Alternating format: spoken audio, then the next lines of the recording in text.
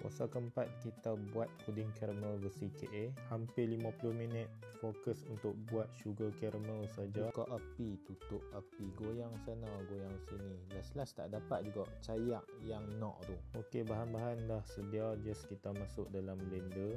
Okey, blend sampai sebati. Kalau ikut resepi guna roti putih, aku pakai apa yang ada kat rumah, pakai roti coklat kismis saja. Lepas siap wrap dengan aluminium foil, kita mulakan proses seterusnya. Proses mengukus, lepas tu kita simpan dalam peti sejuk. Untuk puding karamel ni aku simpan dalam peti sejuk selama 4 jam.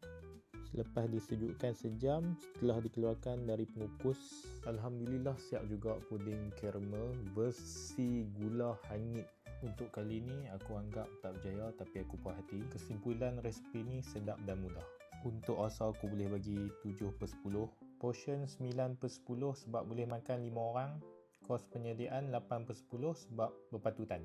Puding karamel gula hangit ni kita. Okey. Tapi dia punya hangit tu agak terasa kuat lah. Bau pun memang bau hangit.